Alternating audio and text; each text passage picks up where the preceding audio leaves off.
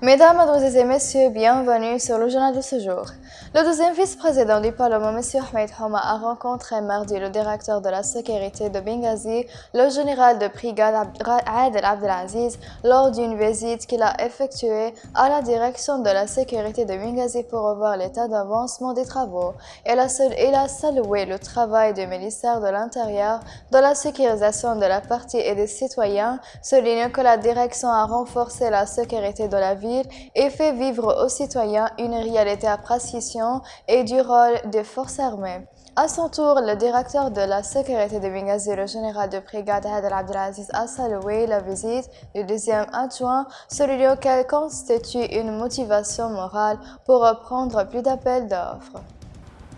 Le commandant en chef des forces armées, le maréchal Khalifa Haftar, s'est réuni mardi au commandement général Al-Rajma avec le premier ministre du gouvernement Abdullah Thani et en présence du ministre du gouvernement. Le commandant en chef des forces armées a appuyé en dirigeant la réunion les besoins fondamentaux et nécessaires des citoyens et trouver un mécanisme pour alléger la charge des citoyens et résoudre les goulots d'étranglement et les difficultés quotidiennes dont ils souffrent, dont le plus important était le dossier de l'électricité qui a été souligné lors de sa présentation pour mettre fin aux coupures de courant répétées de les 10 jours.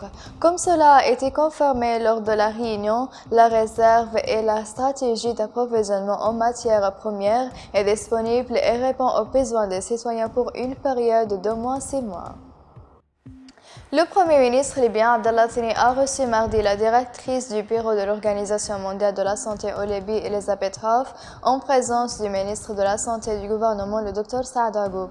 Thani a discuté avec Hof de la situation épidémiologique locale de la pandémie corona et du travail de l'Organisation mondiale de la santé avec les autorités sanitaires locales pour faire face à cette épidémie et empêcher sa propagation.